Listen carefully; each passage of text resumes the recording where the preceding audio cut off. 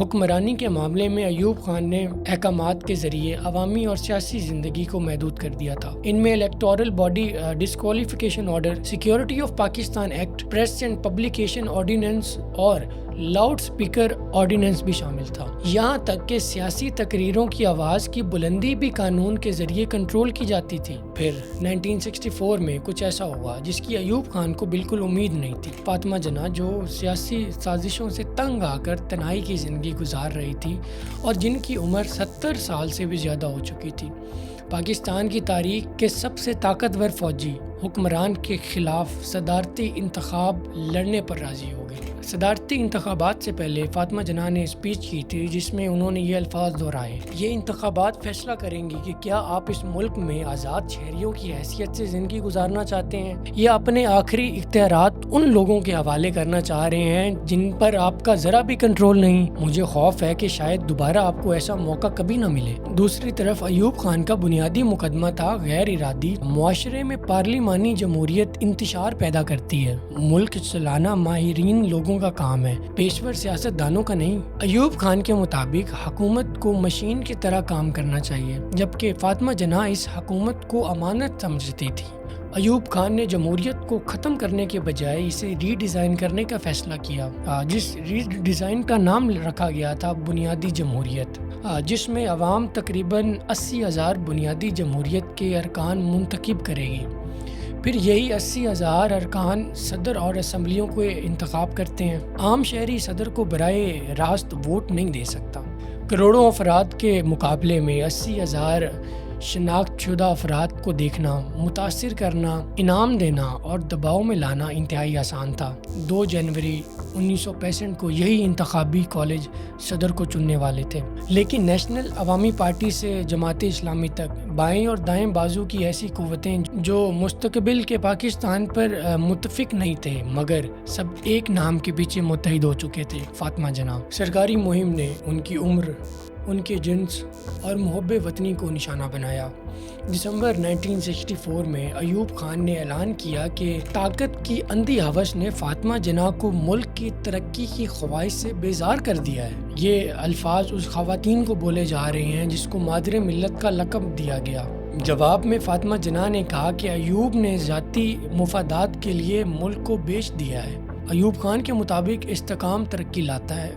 فاطمہ جناح پوچھتی تھی اگر ترقی کی قیمت خاموشی ہے تو فائدہ کس کو پہنچ رہا ہے؟ فاطمہ جناح کی موت کے بعد CIA نے چند کلاسیفائڈ ڈاکومنٹس کو ان کلاسیفائڈ کیا۔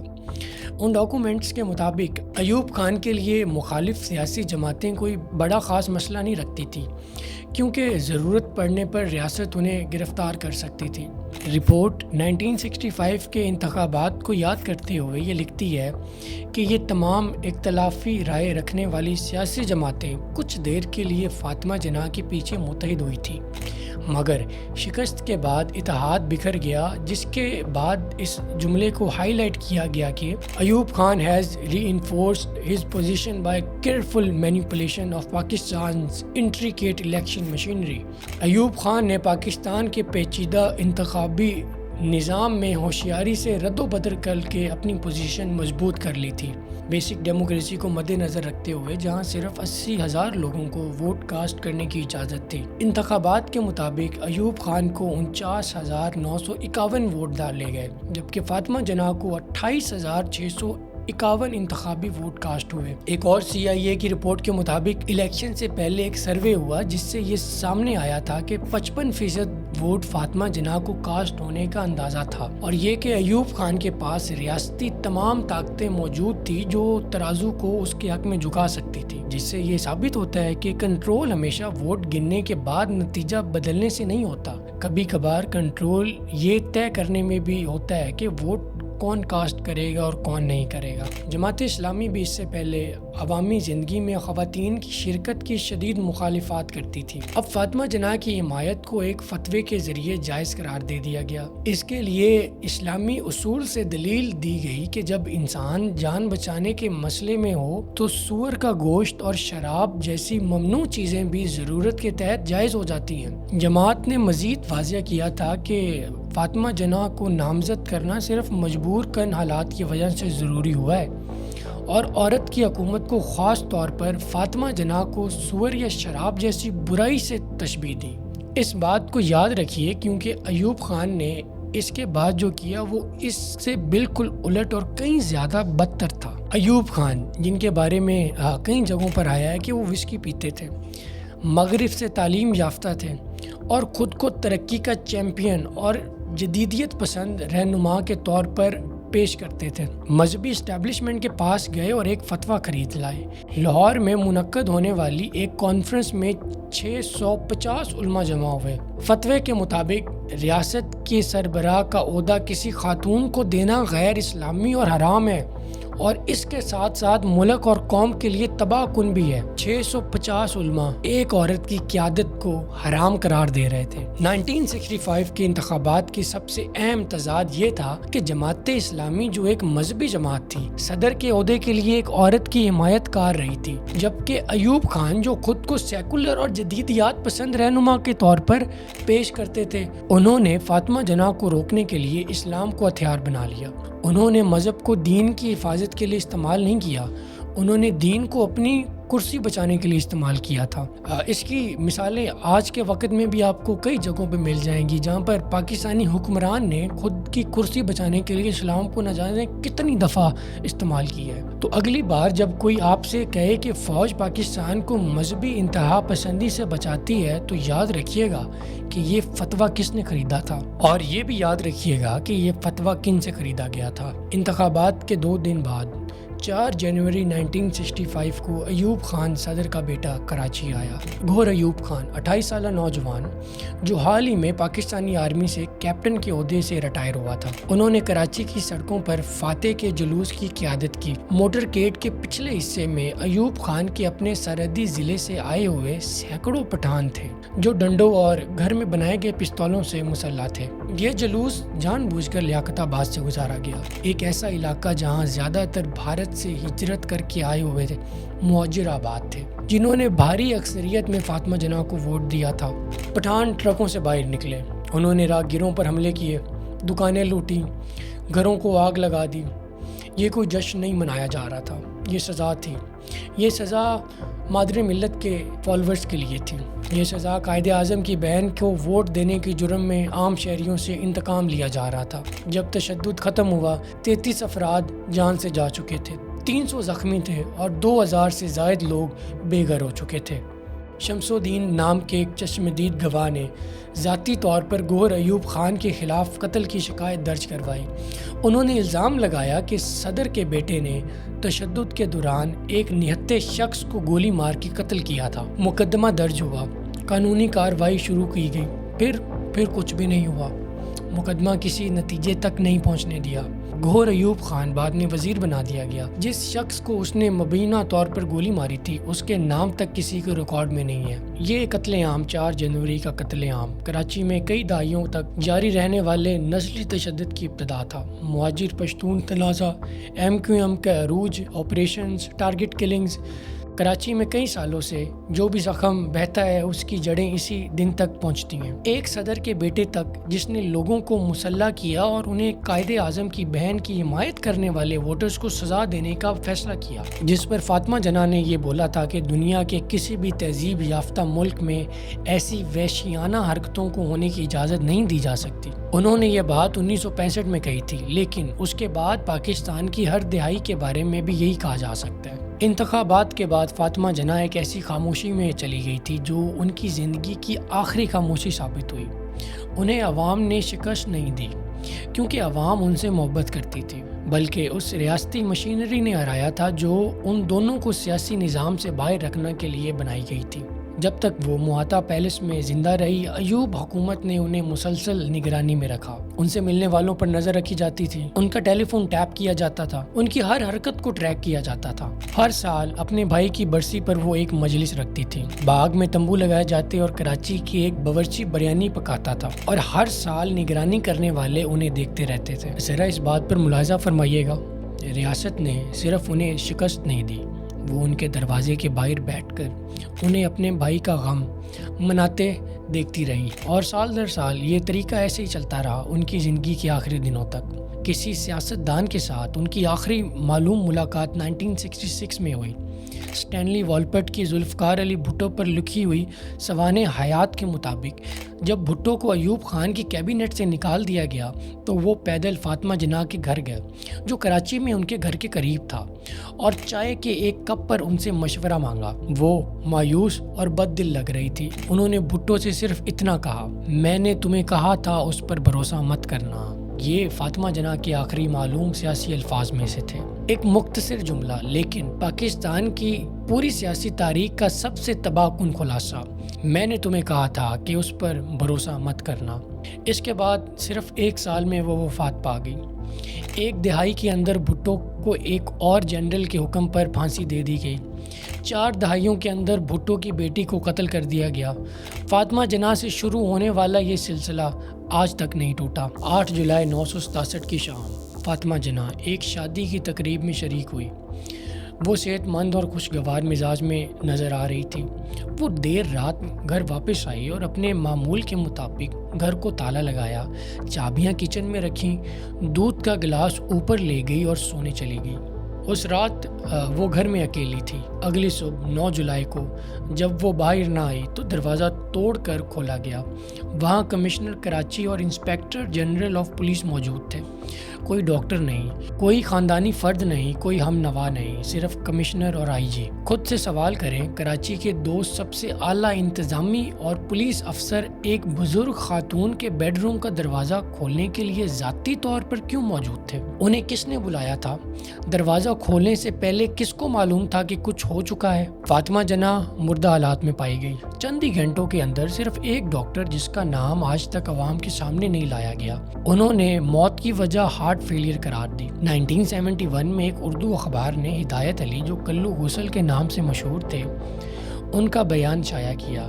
وہ ان افراد میں سے ایک تھے جنہیں فاطمہ جناح کے جسم کو تدفین کے لیے تیار کرنے کے لیے بلایا گیا تھا۔ ہدایت علی کا کہنا تھا کہ جسم پر واضح زخم موجود تھے۔ ان کے پیٹ میں ایک سوراخ تھا جس سے خون اور دوسرے سیال مادے نکل رہے تھے۔ ان کے کپڑے خون سے آلودہ تھے۔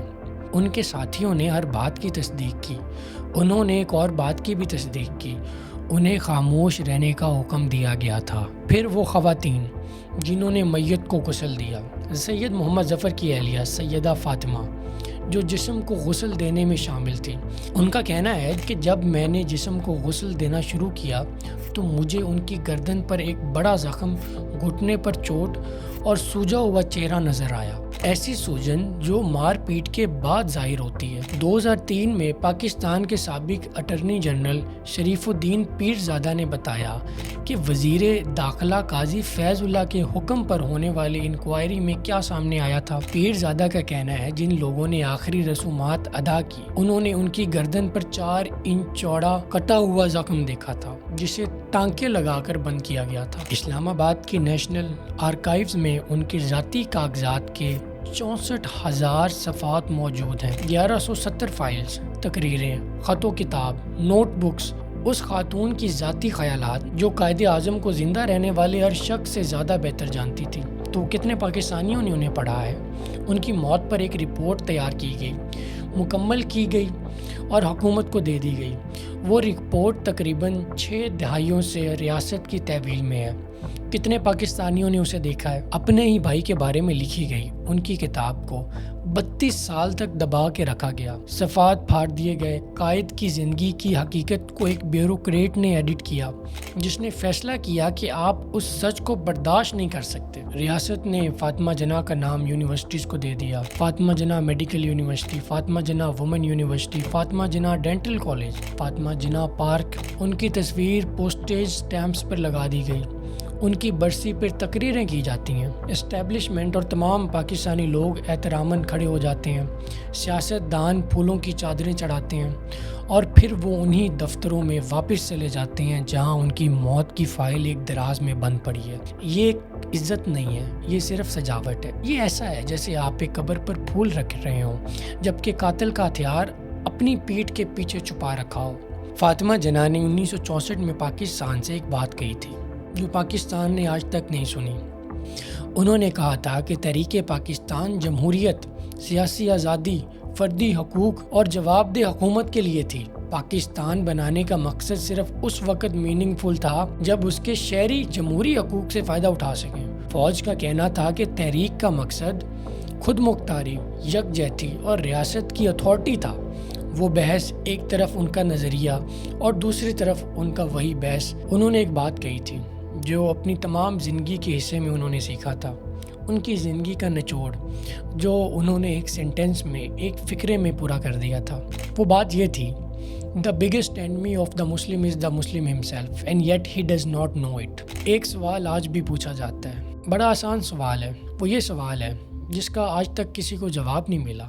اس سوال کا ہر پاکستانی کو حق ہے کہ وہ اس سوال کو کرے، اور پاکستان کے ہر ادارہ، بیوروکریسی ہو، آرمی ہو، ایڈمنسٹریٹو ہو، پارلیمانی ہو، ہر ادارے کا حق ہے کہ اس سوال کا جواب دیا جائے۔ اگر واقعی ان کی موت ہارٹ فیلئر کی وجہ سے ہوئی تھی تو ان کے جنازے کے اوپر آنسو گیس اور لاٹھی چارج کیوں کیا گیا؟ ان کی موت پر ایک فارمل جوڈیشل کمیشن کیوں نہیں بنایا گیا؟ 32 سال تک ان کی کتاب کو شائع نہیں کیا گیا۔ فاطمہ جناح کی موت کے وقت پاکستان میں ایک اصول طے ہوا، لکھا نہیں گیا لیکن طے ہو گیا۔ کچھ موتیں تحقیق کے قابل نہیں ہوتی، اس اصول کو پھر بار بار استعمال کیا گیا۔ ایک پھانسی، ایک جہاز، ایک بلوچستان کی سڑک، ایک کراچی کی گلی، ایک کشمیر کا جلسہ، ہر دفعہ رپورٹ بنتی ہے، رپورٹ غائب ہو جاتی ہے، ہر دفعہ قوم پوچھتی ہے، قوم کو بتانے سے انکار کیا جاتا ہے اور ہم آگے بڑھ جاتے ہیں، اور یہی اصل نقصان ہے۔